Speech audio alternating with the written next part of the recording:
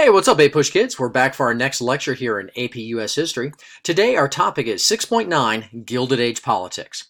Our learning objective today is 6J, explain continuities and changes in the role of the US government in the US economy.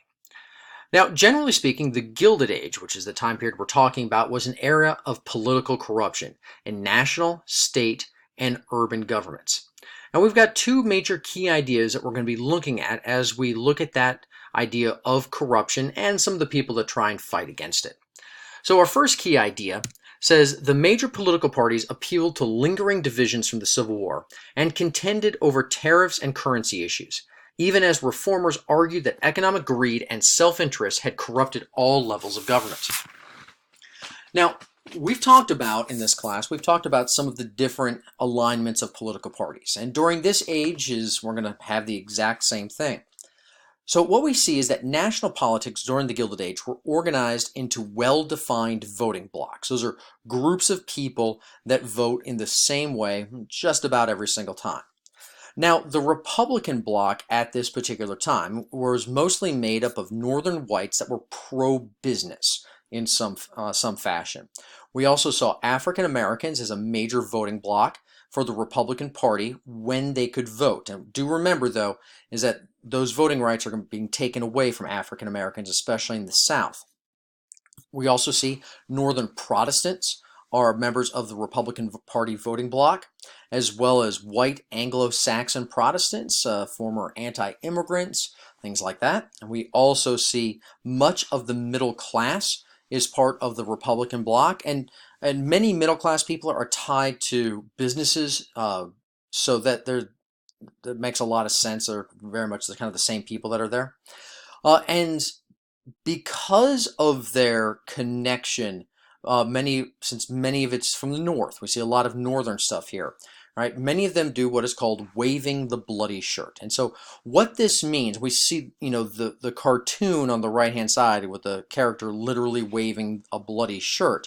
This idea is that they're kind of hearkening back to the Civil War. They're talking about how they're the party that won the war. They're the party of Lincoln. They're the party of Reconstruction. They're the party of these things. And so the bloody shirt refers to the Civil War, refers to the sacrifices that they made.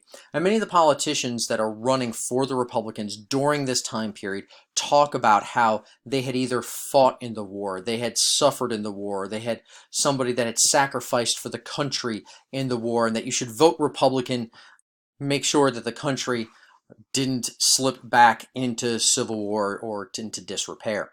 On the other side, we had the Democratic voting bloc. Now, the Democrats at this time were mostly made up of white Southerners.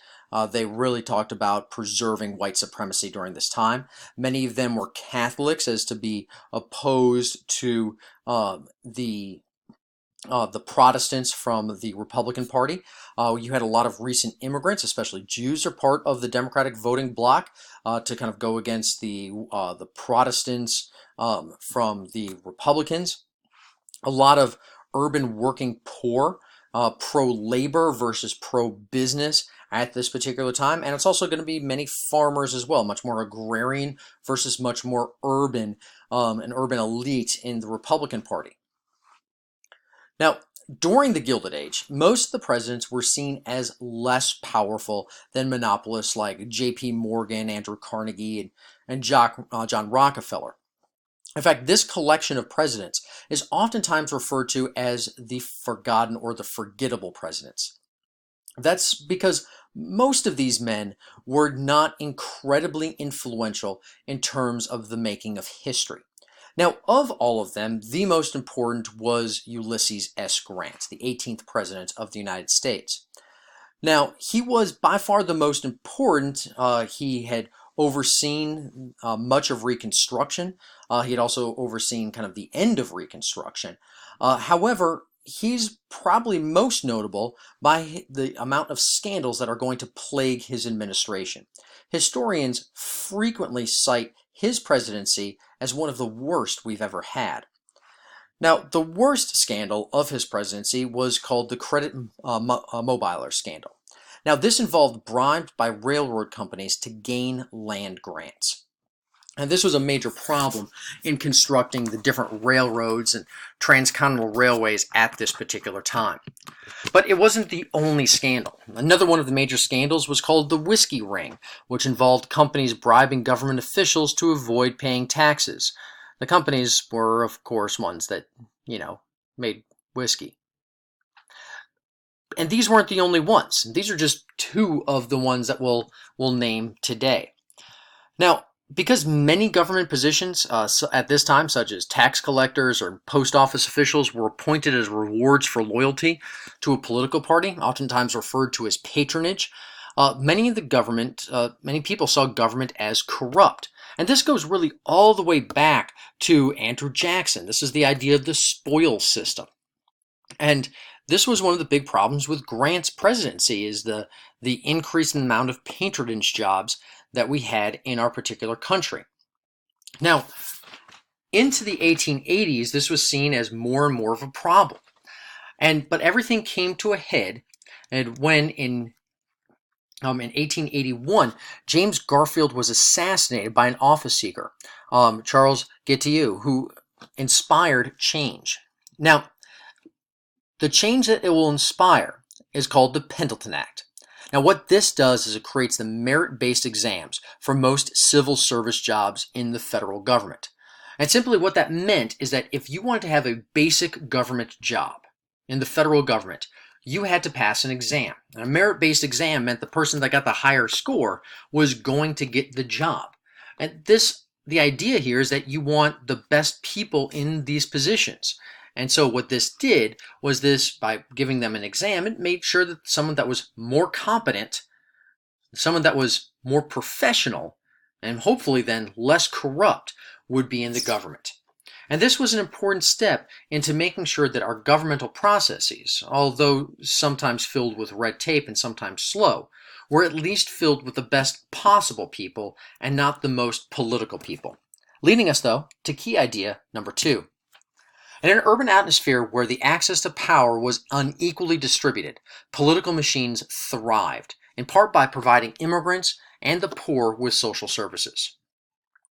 So not only did we see corruption on the national level with ideas like patronage and major scandals like the Credit Mobiler and the Whiskey Ring, but city governments were also corrupt. And they were corrupt because they were run by political machines. Now, political machines were parties led by a powerful boss that controlled a network of politicians. Now, machines existed in every single major and medium-sized city across the country. And simply, it was called a machine because the idea was it would turn out voters to elect somebody to be able to keep that machine rolling. It was able to just kind of keep itself in power, much like a machine is able to just keep on running. And the way that it did this, the way that these things stayed in power, was that it rallied citizens, especially immigrants, to vote for their candidate, whoever that might be, by usually offering different types of services. And those social services could be a variety of different types of things. In the image that you see on the bottom right-hand side, we see a barbecue happening, and they would give out food. Oftentimes, immigrants to neighborhoods, when they first got off the boat, would be introduced to their local machine representative, their political machine representative. They could help them out, not only get a job, but find a place to live, an apartment. They could kind of get them set up in life. But the idea was that they would help them out in these ways, but what would happen is that they were expected to go vote in a certain way. In a way, this was in some ways kind of like some of the old mafia movies that we would see, where you have this local boss that's able to provide local services, help people out, but is also able to shake things down from time to time. Now, because political machines controlled access to city jobs, business licenses, building projects, they oftentimes tended to be corrupt. And many times they used fraud to win elections. They used their influence for personal gain, graft, and they took bribes. Just a couple examples that we see right here. This incredibly famous cartoon right here, you see the ballot box that's right here. And the ballot box represents the actual votes. And the wording below the ballot box says, "In counting there is strength." The idea here is that whoever counts the votes has the power to determine who wins the election.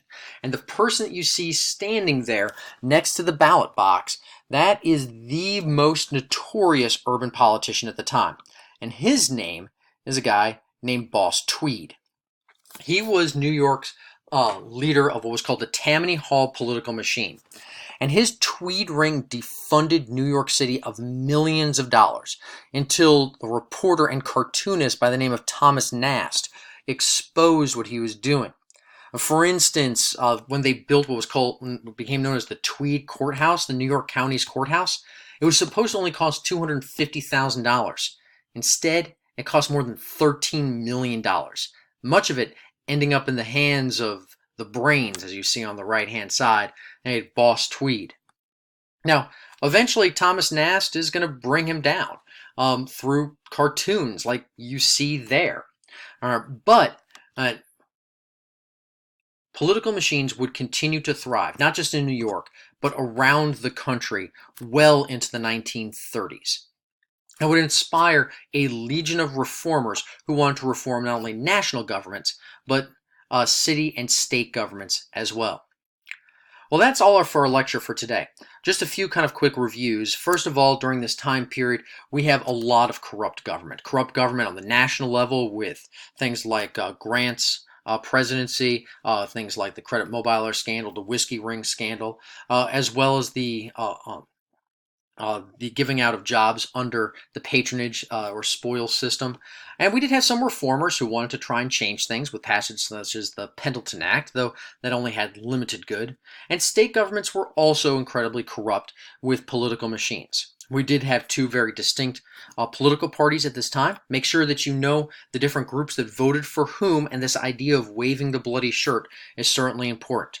Well, don't forget to smash that like and subscribe button. And until next time, and as always, go Pack.